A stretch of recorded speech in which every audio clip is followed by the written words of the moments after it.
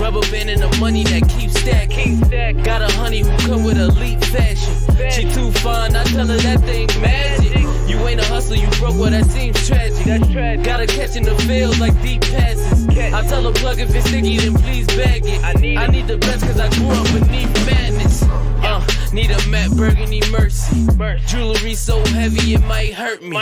Smoking extra kill, that extra seal. Whoa. Buffalo money need extra bills till I'm eating so much I gotta break. Yo, what is up? It's your boy Sterls and my guy All Bro Poe in the house. It is the Chop Up. It's Tuesday night, and we are right back here for another episode. We got a lot of stuff to talk about, man. We do, don't we? Absolutely. How you doing? I'm doing great. I'm doing great, man. We got another dub this week, and whether it was ugly or it's not, it really don't matter because towards the end of the year, it's going to look like a dub on the screen. So it really don't matter. Yeah, a dub is a dub, right? Absolutely. I mean, it looks good on paper, but there's some things that that weren't so great in terms of performances, right? Of course, there's always going to be things. Always going to be things. Absolutely. But I know you're going to come in here with a glass half full, everything's fine, Absolutely. you know, whatever. So, I don't panic. If there's one thing about me that the fans out here might want to learn, I don't panic. I'm never going to panic. That's just not who I am. They would say you don't care enough, and that's okay. But that's all right. Okay. How I don't care enough. How I don't care enough. I want to see my brother succeed. How I don't care enough. It ain't got nothing to do with Jordan. We love Jordan. That's what I'm saying. It's okay to be critical too. But anyway, we're gonna talk about that. But we have a special guest that's here, and just so you guys know, you're watching the Buffalo Rumblings Vidcast Network. This is the Chop Up, and we have a very special guest tonight. And I'm gonna let you bring him in and introduce him. How about that? This is my brother. Not my legitimate brother, but my brother from another mother. He's my brother's brand manager. He's the owner for Avalon Sports. His name is Daver, and we're gonna bring him in and see what his daily life is like. Yo. What up, David? Boys? What up? That's good. Listen, I love the Old Bro Poe. I never thought about it, but I love it. Somebody typed this in here. I don't know who it was, but somebody typed it in the comments, and then Spence didn't let me get away from it. So we might need a T-shirt now with that. Oh yeah, I'll definitely rock it. Yeah. How you been, David? Good. Everything good. Appreciate you guys for having me on. I'll talk to, like I said, Jeremy, my brother too, and we were talking about getting on the show. So thank you for having me on, and excited to talk about the industry, talk about whatever you guys want to talk about. So absolutely. I did want to ask, like first and foremost, I wanted to ask. So Avalon Sports, I wanted you to explain your company and like what it is that you guys do day to day, and what it is that you do for the players that work for you or that you work for. Yeah, for sure. Yeah. So the first thing is that we're a Buffalo born and raised company, which I'm very proud of. Although we're a national company now, we were born in Buffalo, and just to give people some background on my end, I am a former professional soccer player. So I played soccer for about 7 years. Played in Argentina. I'm originally from Colombia. Played in Argentina, in Germany, and then because of life, just landed in Buffalo. And then I retired, and after I retired, I wanted to work in sports. Right, a little bit of my background combined to soccer and stuff like that. I wanted to work in sports. So we've been in business for about 3 years now. And Jordan was actually one of the first players that we signed to Avalon. So, we do anything that has to do with, brand deals, marketing, building the brand for the guys. But I think most important is that, we help the guys find opportunities that are not really common and really help them navigate and transition from, playing their playing career onto new ventures. So, like Jeremy said, been with Jordan for about 3 years now. And we can go more in depth about it, but I met Jordan right after he came out with, his struggle with alcohol and stuff like that. So we formulated a plan to build his platform around what he really believes in. And, you look at what Jordan has done off the field. He's a tremendous athlete, but I have so much respect and love for him for what he's accomplished off the field as well. So right. And I feel like after being around you for so long and kind of the company itself, and correct me if I'm not mistaken, you guys kind of do an unconventional type of brand management where it's more what the players are interested in outside of football, and it's not really like a commercial. It's more like, let's take what you like and let's branch on that. Like let's take something that you care about and let's branch off of that, which is kind of an unconventional brand manager type thing, if I'm not mistaken. No, yeah, you're right. I mean, I think the industry right now is full with, and then again, I respect all the companies out there, but traditionally, obviously, agencies focus on, marketing deals, getting money for the players, which is good. Obviously, we all want to get paid as players, but my approach and our approach to the team was, hey, let's find out what you're really interested in. Like, let's find out about your story, your background. If we use Jordan as an example, he's got a very unique story where you guys come from, what you guys been through, and really all of that stuff is really what made Jordan Poyer who he is now. Which a lot of people see obviously what he does on the field, but not a lot of people at the time knew what he represented off the field too. So it's like, I remember I sat down with him. He was in South Florida, where I'm based out of now, and we just had a conversation. And he just like, listen, bro, like, I love playing football, but like I'm going through something and I want to have an opportunity to go and tell my story, which for him was the most important thing. He never came to me saying, yo, I need, this deal, or I want to make money here. Like, no, he's like, listen, I want to help people tell my story and be able to just be a voice, which is tremendous, just to hear that from someone like him. I mean, we already know what he's done. So Right. yes, definitely helping guys find their passion off the field. It's our main goal. Yeah. I got a question for you, David. Like perception is everything, right? And we know what Jordan's story is. Like, how do you take, a story like that, a persona like that, and make it digestible for the common day, everyday person, not just people who enjoy football, but encapsulate him as a person? How do you paint the picture? That's a great question. I think one of our core values is and it's a word that we use a lot, is that we try to humanize the athlete, right? You as an athlete, I think that the biggest challenge that you have is that people look at you and really grade you on really on your performance every Sunday, which is part of the business. We're not gonna complain about it. Like, we know that playing football is the main thing, but when we again, when we talk about Jordan and when we start working, we're like, bro, you have to open up, and you're gonna lose a little bit of your privacy. You're gonna have to talk about things that maybe you only talk to with your family and not even them. Like, there's some stuff that I don't know if you guys know, but probably do. We produced a documentary about his life, right? So shooting that documentary, I know it was tough for him because he talked about things that he didn't even talk to his family. So he's like, listen, I have to talk to my family before this goes out. So it's like breaking that barrier of like, you have to open up to the public.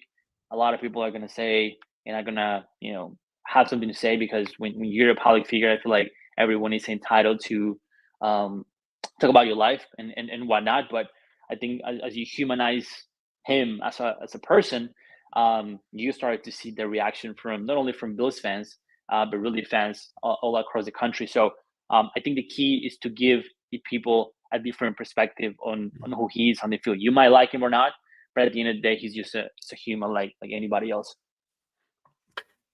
Speaking on that, as far as like humanizing the player, so there's a lot of, it's not unknown that Jordan and his family are not really liked for their take, some of their life takes, their political takes, whatever it may be. How do you flirt with making sure that he gets to speak how he wants to speak, and making sure that it's not something that's going to get a lot of hate from the national media or national people? It's like a tough area to be in. Right. I think it's finding a sweet balance. I think we obviously, we're always upfront. I know that in this business and as a pro athlete, you're used to people saying yes to everything you say, but we have a relationship where we can have a conversation and say, bro, we didn't think that's a good idea, right? you will never force anyone to say or don't say anything. Like at the end of the day, it's their call. But like we try to minimize that risk, and we try to protect, their brand and consult. And I think the key to this business is the relationship that you build with them. Like if they trust you as family, like they're gonna listen to you and know that whatever you say, it's really looking out for their best interest. So Right. I think number one key is just build that rapport with the guys where, and I think Jeremy can talk about it. Like yeah, this is a business, of course, but like it doesn't feel like we're family. Even with him, like when we talk about our life, we talk about family. We don't talk about really football because we don't, not that we don't care, but like Right. our relationship is more important than the business itself. Absolutely. And the reason I asked that is because you have you, Jordan, and now with this collab with Better that you have going on that you dropped the other day, you guys have some big opportunities here to put players into positions where they can speak their mind, and where it's as far as content building and whatnot. And so talk to me about this collab that you're doing with Jake Paul's Better, and what you plan to do as far as growing that and what's going on there. Yeah. Well, first off, I think Jake, you can like him or hate him. But at the end of the day, we all know what he's done in the space, right? He went from being a YouTuber to huge influencer on different things, and now he's a pro boxer. And so I think for us, I've known Jake for about a year and a half now, and since I met him, we started talking about opening up a platform and helping guys, build that I guess brand of the field to be able for them to say whatever they want to say, right? There's no question that Jake's network and reach is tremendous, right? And I think it goes even beyond the sport. So the collaboration with Better, I think it's one of a kind. I think it's really disruptive in the industry. We're really happy and proud to be a part of this. And really right now we're just offering and opening up new avenues to the players to be able to come say what they want to say, without fear of being canceled. Of course, we know that people will have something to say, which is fine. But we're trying to give and build that platform for the players so that they can come say whatever they want to say. And then our job will be to distribute that message, amplify it, and provide players with the resources that they need. I know, Jeremy met Jake in New York. They had a great conversation as well. So like, we try to tie our family into whatever we do. We bring our players, we bring the media side, and we just make this connection where it's so tight, where players feel so confident and trust the process for them to be able to go and say whatever, they want to say.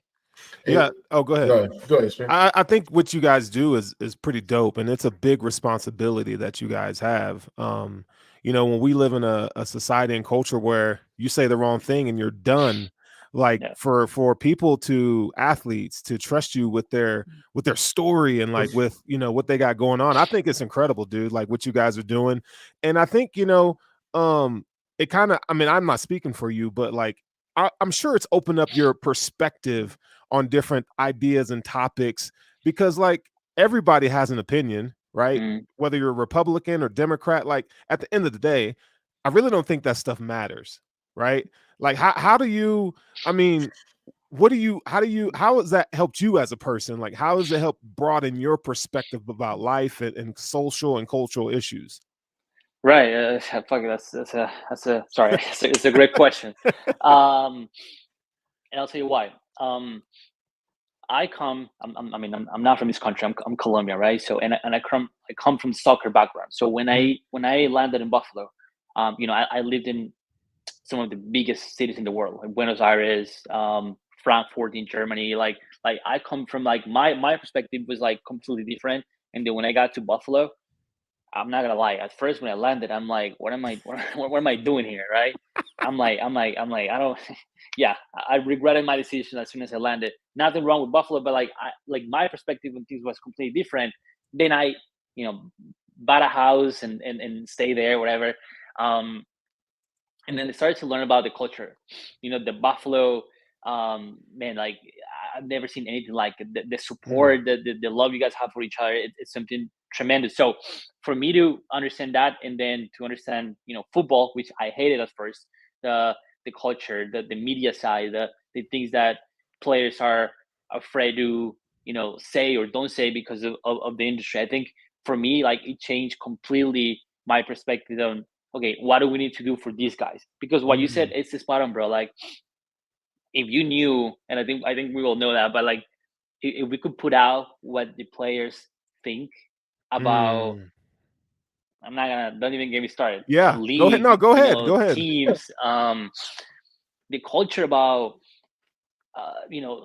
about being a pro athlete. Like, I wish I could put it into words. Like people, and I don't blame him, because that's just what you can see. You can see just 1% of who they are, but it's a job, bro. Like, once you're in the locker room, and I leave that, it doesn't matter what you believe in. It doesn't matter who you are. All it matters is what you do on the field. So you look at as a number, and that's part of the business. You're getting paid, but it's a job, right? Unfortunately, or I guess part of the business, that you're the entertainment. You're part of the entertainment of like 80,000 people on a Sunday, right? So, Sure. So I think, for us to be able to break that down and say, listen, we know it's important, performance is important, but let's have a conversation about these guys. Let's if you say something on Twitter, people might be more respectful if they don't agree with you. Now, if it's a pro athlete, but it didn't agree with him, then he's gonna get killed. You know what I'm saying? Like, right. why are you even talking about stuff that you're not supposed to? Like, go play football. And that's something that's gonna change, because being a pro, athlete is just like being a cop or being a teacher. Like, it's just a profession. It's not who you are, it's what you do. Right. Good point. So, and part of that, that's why I respect Avalon and what they've done so much. Is these players are looked at, as he said, as a number, and I know how much Jordan has to say, and I know how much he can't say, because if he says it, there could be problems with his job or with the national media or whatever it is. Like, and building what Daver has done and Avalon has done to build a platform for these players to kind of vent.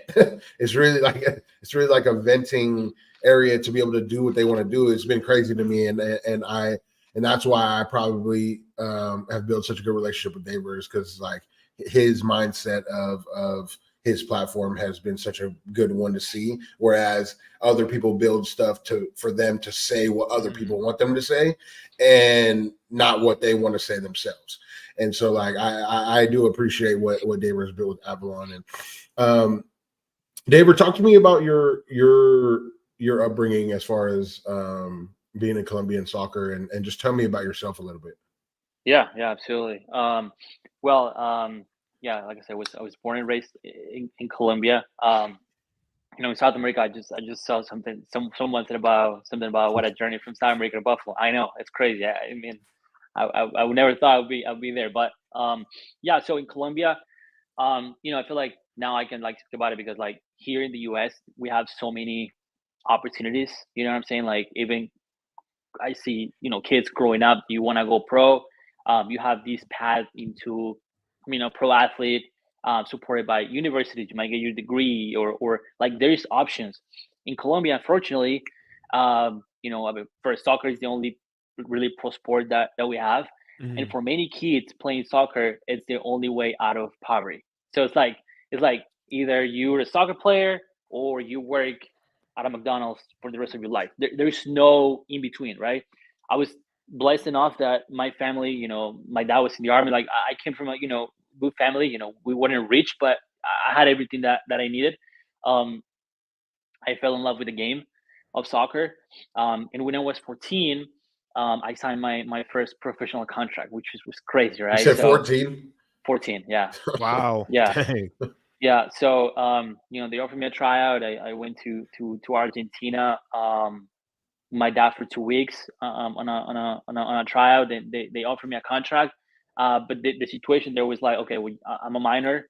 My dad had to come back to Colombia because of my family. My mom was here. My mom was pregnant at the time, so he sat down with me and said, "Listen, we have two options. Either you stay here by yourself with the team, so they have like a facility. I had to literally live with someone there, or you come back with me because I mean your mom's pregnant. Like I love you, but like I Yeah, have right. I have to be home." So I said I'll stay. I know my mom wanted me to come back. I said, this is my dream. I want to stay, and he left. He left me in Argentina by myself, being 14. I definitely wasn't ready for it. I cried every day for like 2 months. Wow. I was cooking, doing just the stuff that we do now, but I was definitely not ready for it. And then they obviously throw you into the mix of being a pro athlete at 14, when really I don't know if like I wouldn't change it now, but I don't think I'll pull my kid through that because Mm. at the time it was like, listen, you gotta. I was very small. I was very skinny. So they put me through a lot of the stuff that you put a pro athlete through right now when they're That's 24, 25. Wow. that's super interesting because like here, right? And I think we talked about this with Matuidi and Johan a little bit. It's like Yeah, you have to grow up fast overseas the majority of the time. And you said because you came here that you wouldn't want to put your kid through that, but look how you turned out. And it's like those values, how can you instill those values without putting them through something hard? You know what I mean? And that's interesting. That's an interesting difference of a mindset between out of the United States and inside the United States. Bro, absolutely. Like, I mean, and I have so many stories, but like, I remember my teammates would steal food from the facility to bring to their homes. You see what I'm saying? Like, Mm. like they will bring little like, containers, and they will get meatballs and pasta. And obviously that wasn't allowed, but like it's almost like in South America, I want to say, generally speaking, you feel the responsibility to provide for your family, right? So even Right. at being 13, 14, it's like not only you play with the pressure of trying to make your dream come true, but at the same time, that if you don't make it, your family probably won't ever go out of poverty. Right. So for you to play with that on your shoulders, man, it's really tough. It's really tough, but at the same time, it shapes you as a man, so that when you have a bigger opportunity, say when you come to this country, for example, you're gonna be grateful for everything you have, I mean, not because I'm from South America, but like you have that dog in you because you've been and you know what the other side looks like. So when you come here and you're given an opportunity, you're definitely gonna take advantage of it. So Right. I guess that's like the That's a story, bro. It sounds like you got a documentary in the making, huh?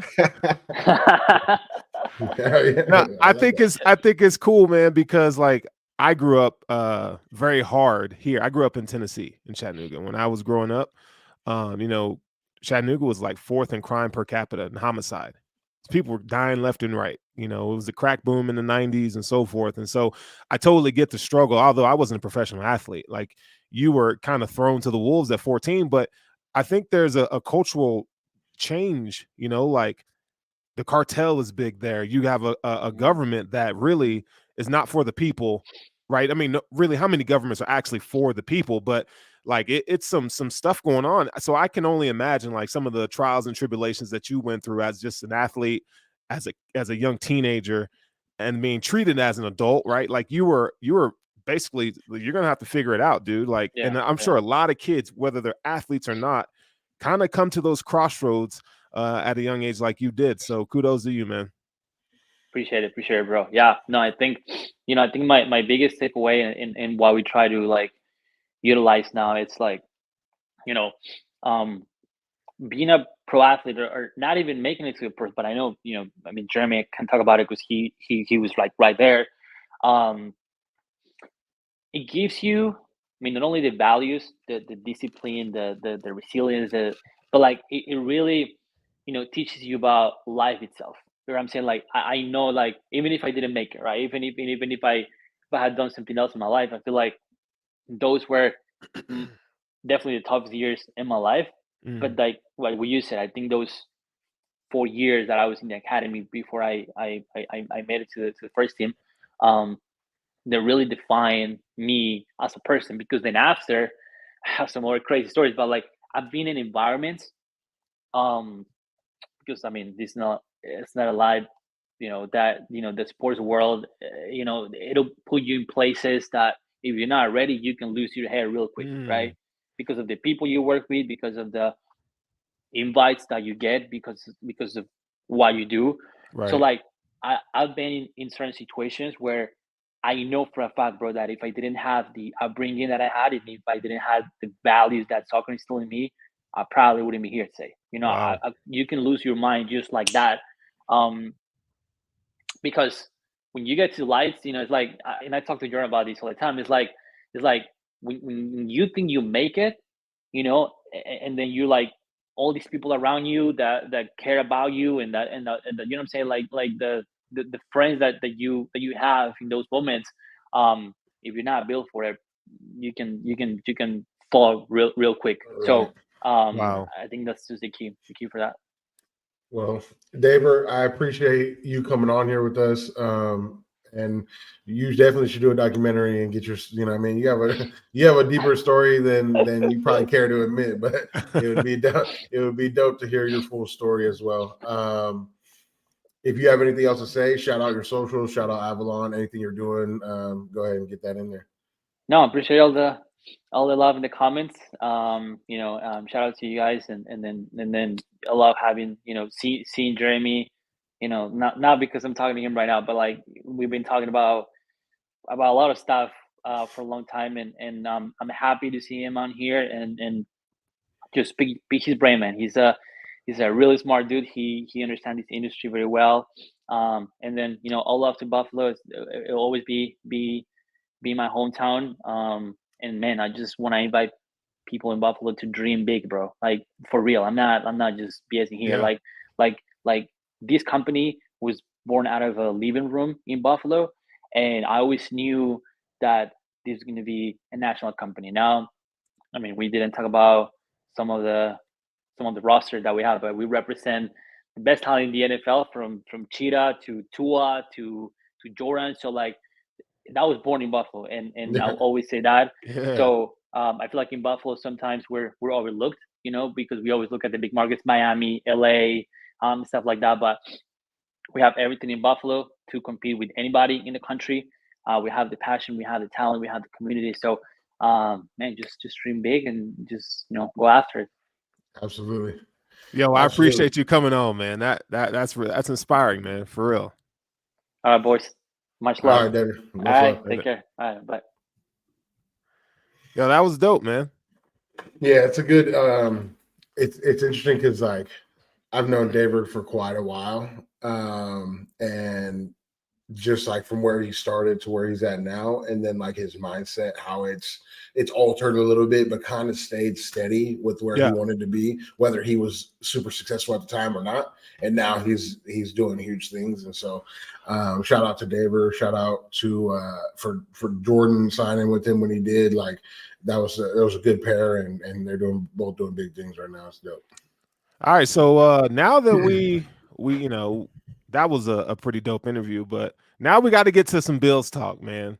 And I know you got some stuff to say. We both have some ideas and topics or whatever, but let's do that after the break. We're gonna do our Picasso's Pizza break, and then we'll be right back.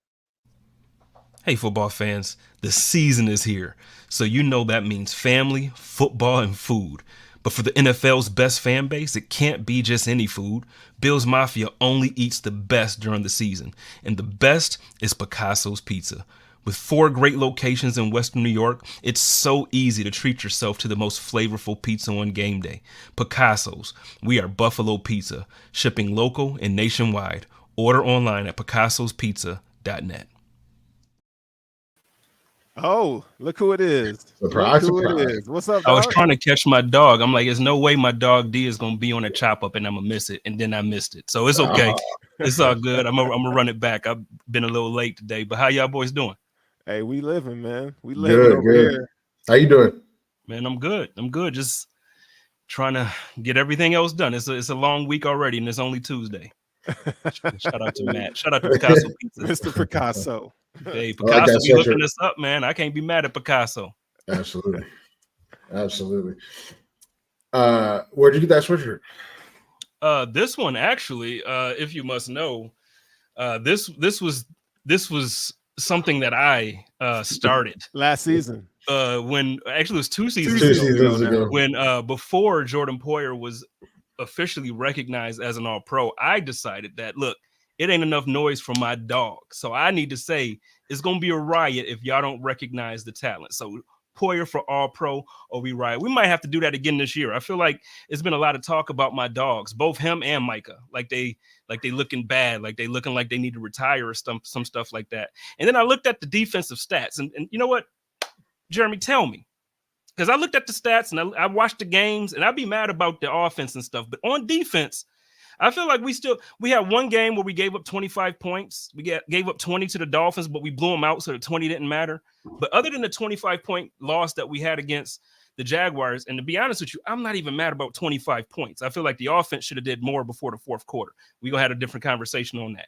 But is it just me that I love Jordan and Micah the way I do, or is these boys still doing their job? What people don't understand is that like when other teams look at this team, all right, we're not throwing over the middle. And if Jordan's not involved in the plays, people are going to be like, "Oh, where's Poyer? Where's Micah? Why aren't they making any plays this year?" Because there's no opportunities to make plays. There hasn't been any opportunities to make plays. They're doing what they need to do. They're doing their job. Like, oh, there's a step slow because Calvin Ridley is running by him when he has a 5-yard head start. Calvin Ridley is one of the best receivers in the NFL. You know what I mean? I'm not mad that he's running by him on a fucking dig route. Excuse my language, but on a dig route.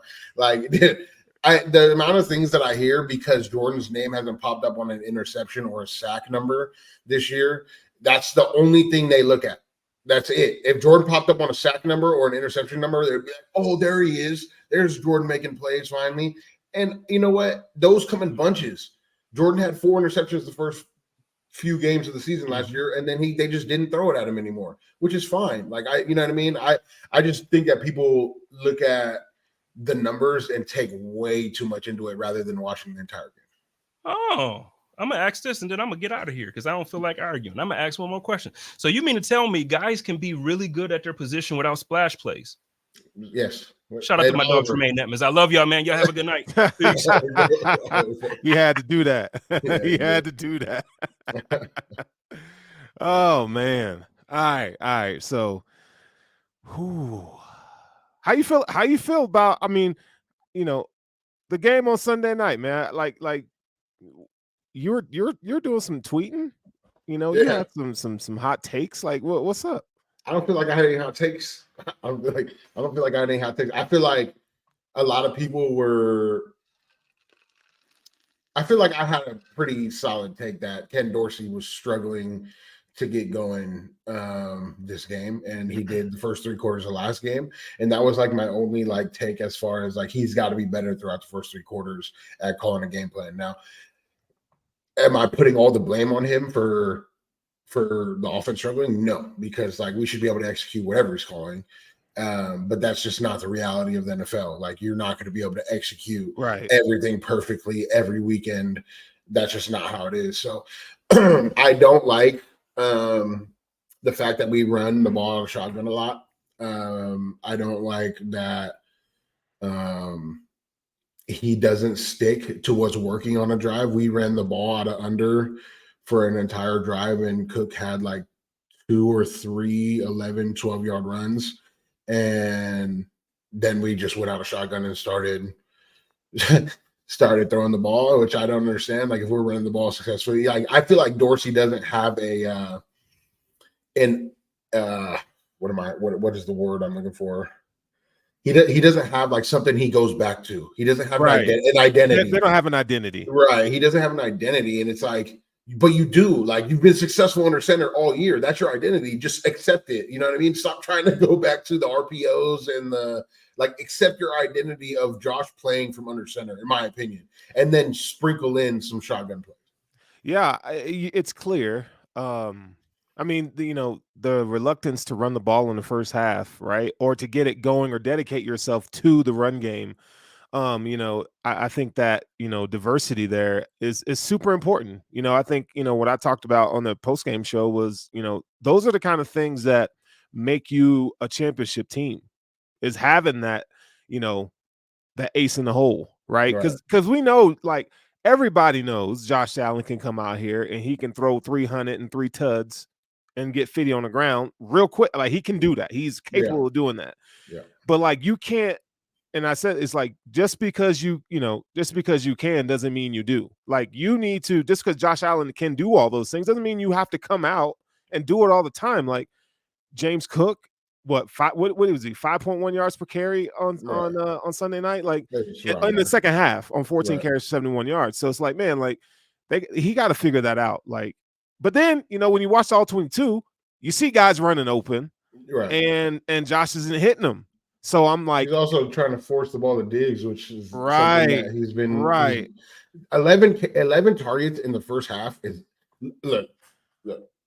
I love Diggs. He's great, amazing. He can have that. He's one of the 5 players that he can have that Jamar Chase, I'm open every time mentality. Like, he's one of 5 players in the NFL that can do that right now. 11 targets in the first half is unacceptable. Unacceptable.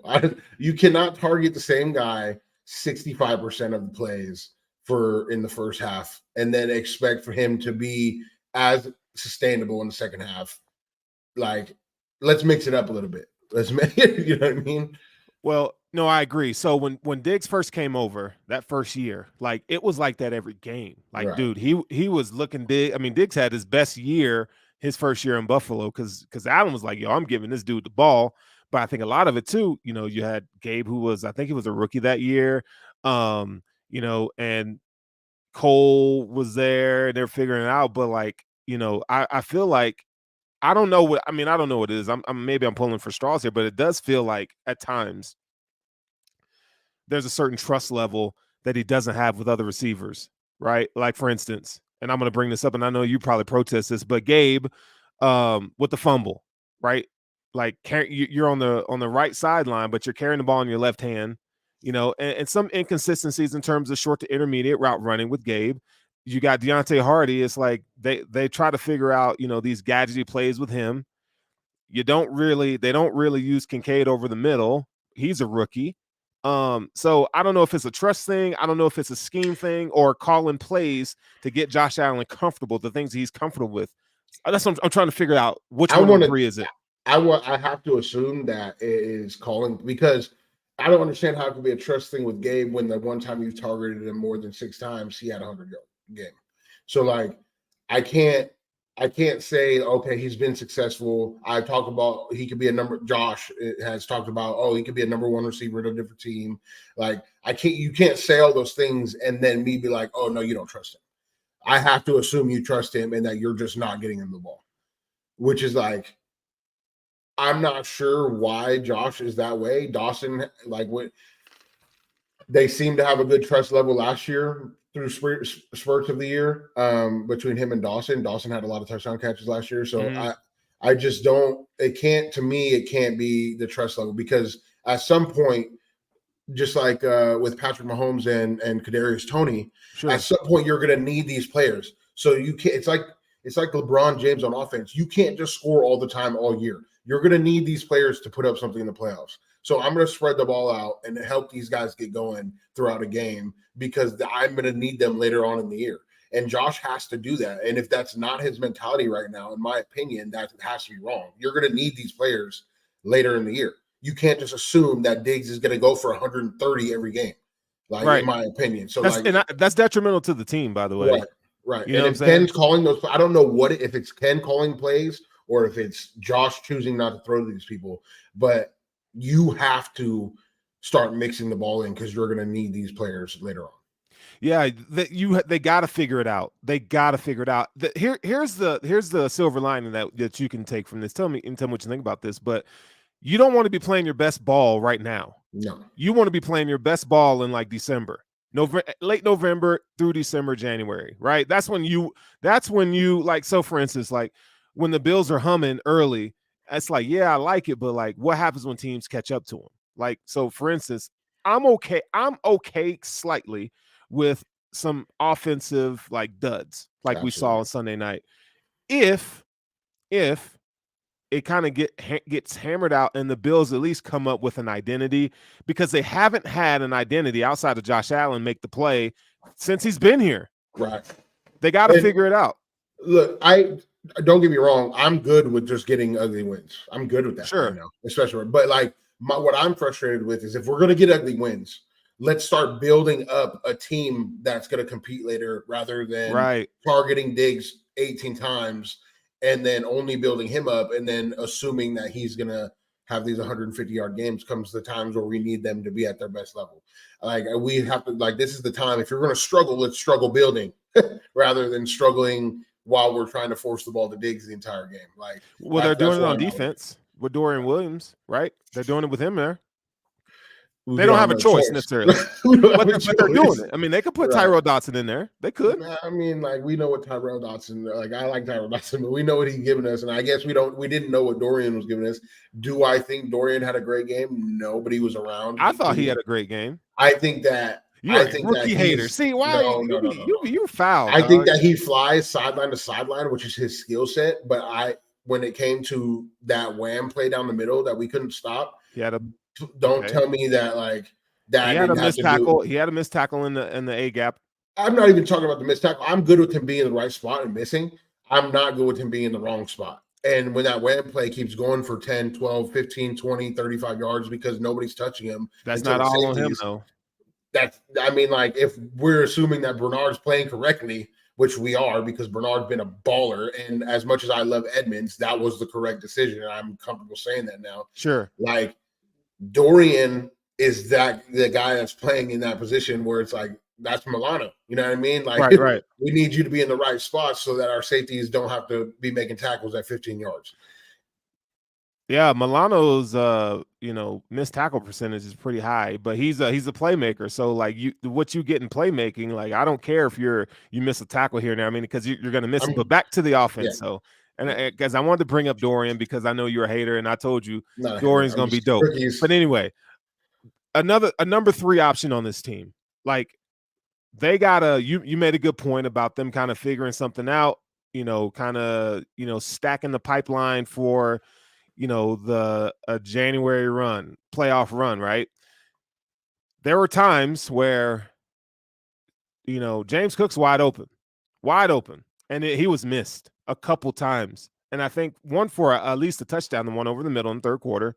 And then there was a couple times in the flat, as Josh is having a really good year, but he has to, I know he's trying to work through his progressions, but man, he's got to utilize, like, just as much as we put on, Dorsey for scheming guys open. Right. Josh has to take better advantage of other guys being open because Deontay Hardy was open a little bit. Khalil Shakir was open on a in-breaking route or mesh route concept or something like that. He was missed. Like Josh, and that's where I was talking about the trust factor with some of these guys. Like they gonna have to work that out. It's evident. It's interesting. Like it's got to be pre-snap that Josh is struggling. If I had to make a guess, his reads pre-snap is making him late on some things that like his arm strength's getting him out of. And so and it's okay to be a little late if you have that arm strength. It's all right. Like I'm not dogging on Josh. If you're a little late and you got that arm strength, you're okay to be a little late. But it's also hurting with your progressions because you're assuming something's going to be open, and then by the time you get to it's too late.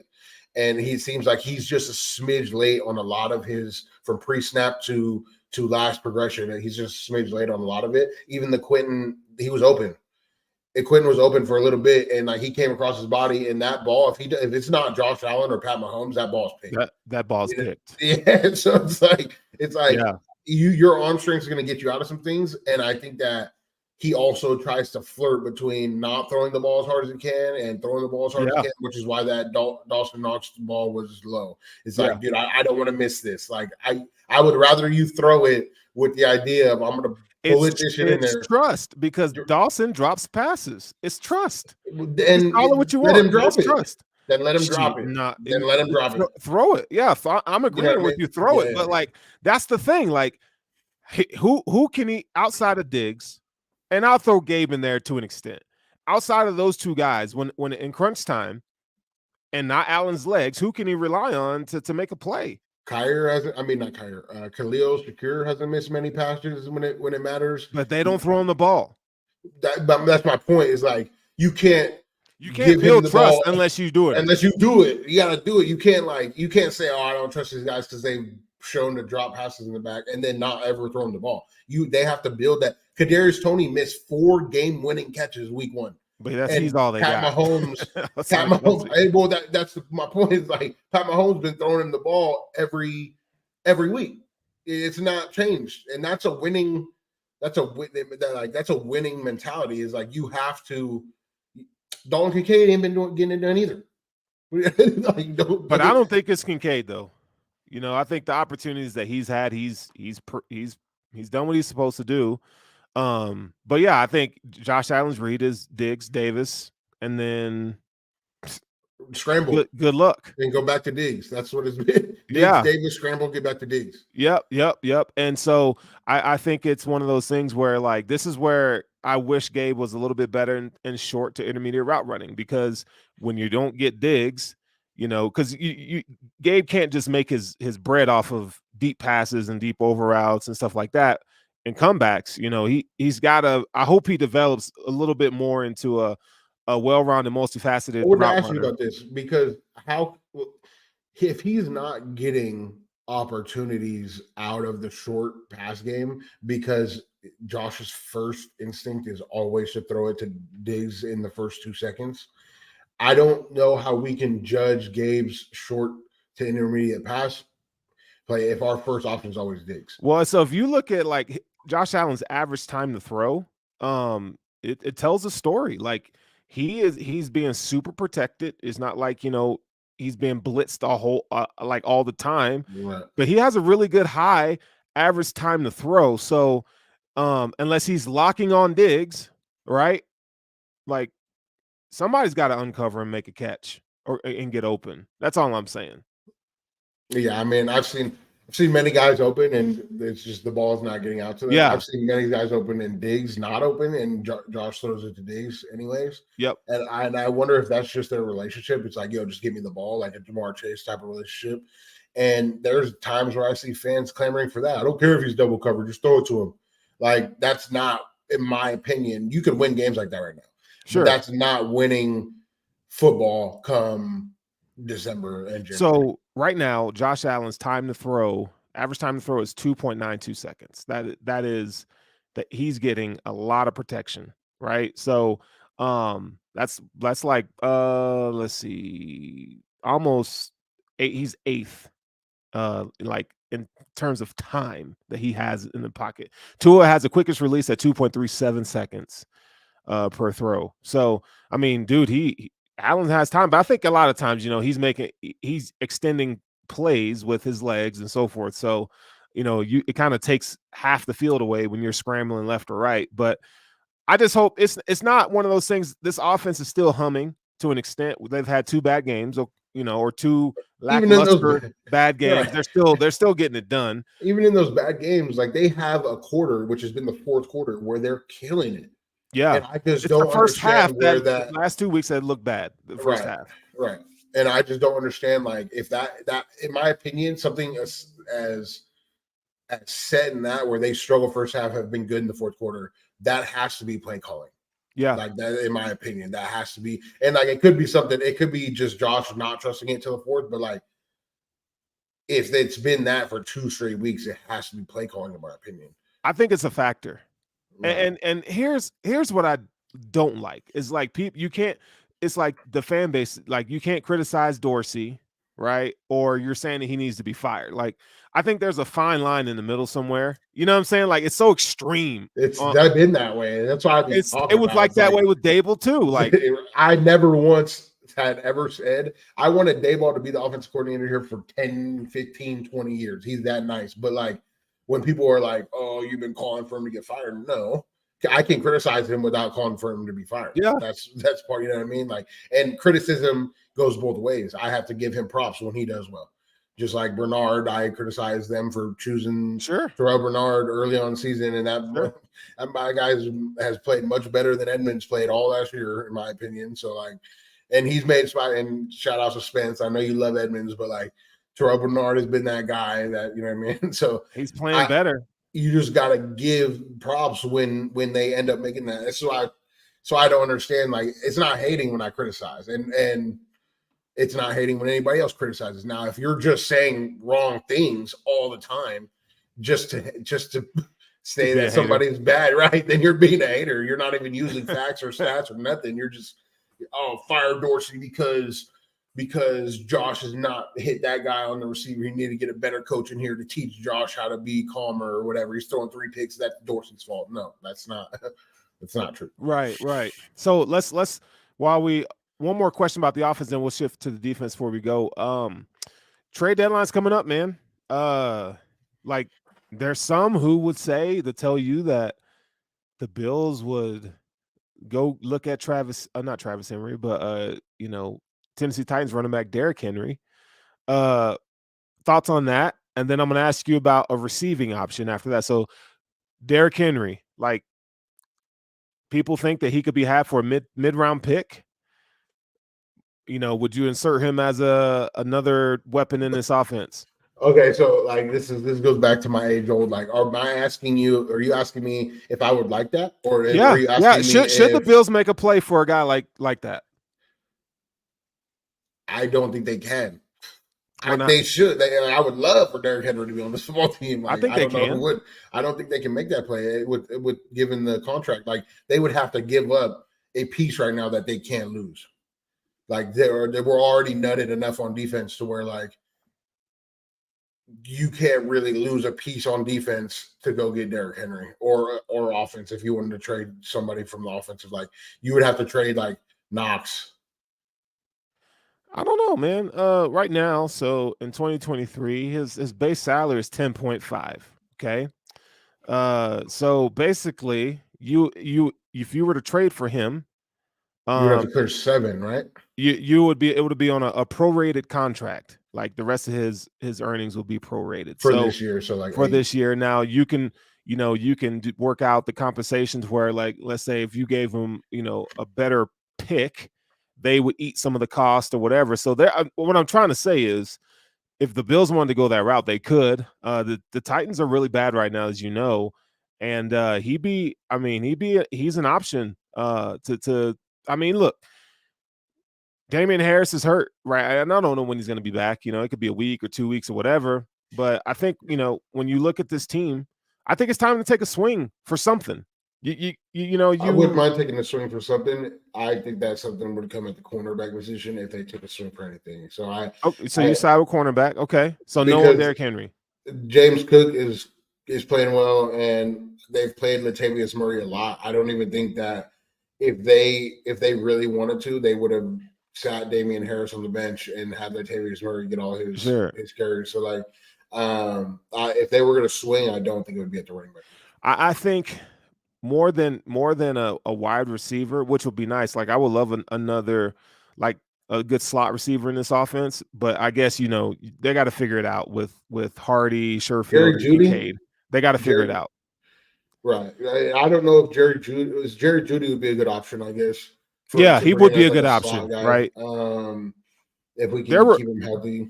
There are reports out from Denver saying that teams have inquired about Jerry Jeudy, but the compensation hasn't been what they've been looking for. They've been looking for a first or second round pick, and I don't think anybody's going to do that. I think honestly, the value for him right now, first, it'll be Surtain, no? You're gonna have to give 2 or 3 first for Pat Surtain. Would you do that if you were the Bills right now? I would. 2? I would. Yeah, I would. I know people are like, why would you do? He's just dope. Like the kid is good. I think the defense is like the defense is amazing. But I think that when you play teams like the Bengals, teams that are going to really stress you in the secondary at cornerback, safety is fine. I think that's where we're going to have some problems. I don't know if we can lock up with some of the best. Benford can. I think Benford has shown the ability can, but I have zero faith in Kyer, and I just want Dane. If Dane and Benford are healthy, I would trust those two. But they get injured a lot. You see what I'm They saying? do. Like that. They That's do. the thing. So Like that's the problem. So that's like you got to I get something to hedge your bet there because right. these guys can't stay healthy. I would send 3 seconds for Surtain or 2 and a first. I'm not sending 2 first-round picks But then you ain't gonna get them for anybody. Like, yeah, no. no, then he's gonna be on that team stuck in that dungeon for years until So he leaves. McNass has a good question about Jerry Jeudy. He says, Jerry Jeudy bad? I I'm not going to wanna, say Jerry Judy's bad. I think he's a really good receiver. I mean, this last year, 67 catches, 962 yards, and like 6 touchdowns is what he had. He's a good receiver. Like when you talk about route running, he would be perfect in this offense. I think his attitude, I think he's broken right now. Like he's been getting a lot of scrutiny. He was, we've he been had known to injury fix attitudes problems. here, though. We've been known to fix attitudes here, though. That's what I'm saying. So, like, people say, "Well, I don't want Jerry Jeudy." It's like, no, dude. Like, you come to Buffalo to be the best version of yourself. Culture, right? It's a the culture thing. Is different. You're in the locker room with Russell Wilson and the dysfunction in the ownership last year and all that kind of stuff. I think that matters on a player. It makes you become internally focused on yourself, which I totally get. He's got a family to feed, and they don't throw him the ball a lot. Like, right. And look, with this, whether he demands a job, I don't know if he has 1 or 2 left, but Trey also only has 2 or 3 left on his contract, and you can give Surtain the contract that Trey would have gotten after his contract was up here. You can even backload Surtain's contract to where it starts when Trey's ends. So if you're going to bring in a guy that can replace Trey if Trey doesn't want to play anymore, or if Trey's going to be long for the ride, you don't know what he could get after this year or what he's going to give you.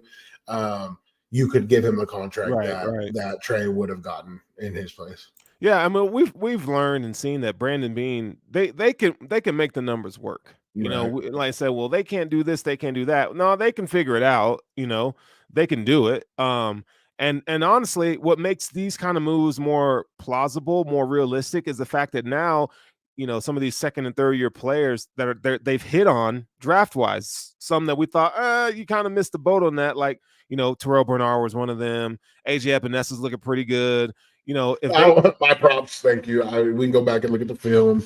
Jeremy said AJ Epinesa is going to be an elite number 2 pass rusher. I don't care what you said. Anyway.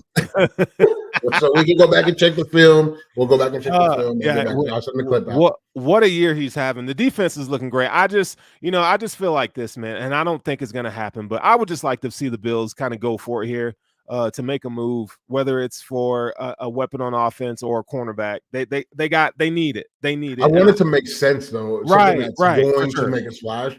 I don't think that going to get King is going to make the splash that would put us over in my. I think he would be great, and I think he would help this offense with short yardage. But he would do a lot in this offense. I just don't think he's going to get the ball that much. I don't think he's going to get the ball as much as he did, and he's also a guy that needs to get going. You have to give it to him 10, 15, 20 times out of 35 plays, and every now and then he's going to hit you with an 80, 60, 50-yard run, get you a touchdown on that drive, and like that's where but he has a lot of 2-yard, 1-yard, 0-yard, and if you're going to mix in run with our pass, then we can't have those 0, 1, 2-yard runs. Like, sure, but you also got to look at how they're running. When they run the ball from under center, it looks good. I mean, I think he feasts in this offense, but defensively, yeah, I think we're good at linebacker. We don't need any edge rushers right now. I think it's all in the secondary and at cornerback. And can these guys stay healthy? I think they're okay. I think they're okay with. Look, if you have love Bernard, but hold on, because their pass rush and their defense line's playing lights out, it lessens the pressure on the second level just a little bit. I mean, as you know, I think you don't have to. What I'm trying to say is, if there's a move to be made, I would love to see it at cornerback. Is all I'm saying, right? Because they can't do both. Well, they could, but they're not. If you're gonna make a splash, that's where. Yep. Either there or like a slot. Like those are the 2 spots right now. If you're gonna make the biggest splash, that's where I think it would be.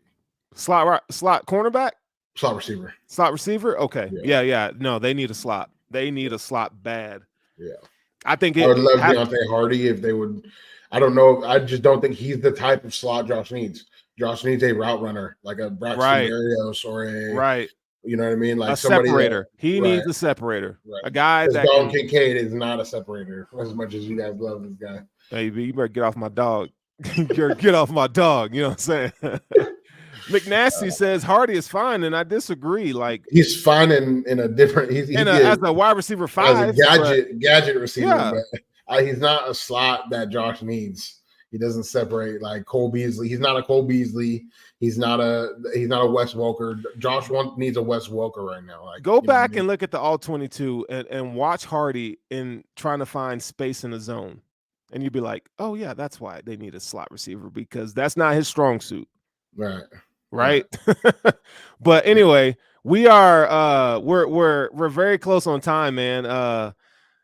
This week we got the New England Patriots coming up. The Bills are gonna boat race those dudes. Like it ain't even gonna be. It's gonna Josh be kind of loves fun. playing in New England. Diggs loves playing New England. Jordan loves playing New England. So it's just not like. And I really don't think that because the offense played bad last week, it's going to be unfortunate for New England. You're just going to get boat raced by 50 in my opinion. You're going to get boat raced, but we're here for it, man. So this has been a good show as always. Make sure you like, follow, and subscribe to Buffalo Rumblings Vidcast feed and the Chop Up. So we'll be here all week long, all season long. This is the Chop Up, and we out of here. Go Bills. Go Bills. I need it up front. Can't tell me, cause I do what I want. Self-made everything, you know we gon' stun. You know that we eat and it's looking like lunch. So I tell them that I need it up front. Can't tell me, cause I do what I want. Self-made everything, you know we gon' stun. You know that we eat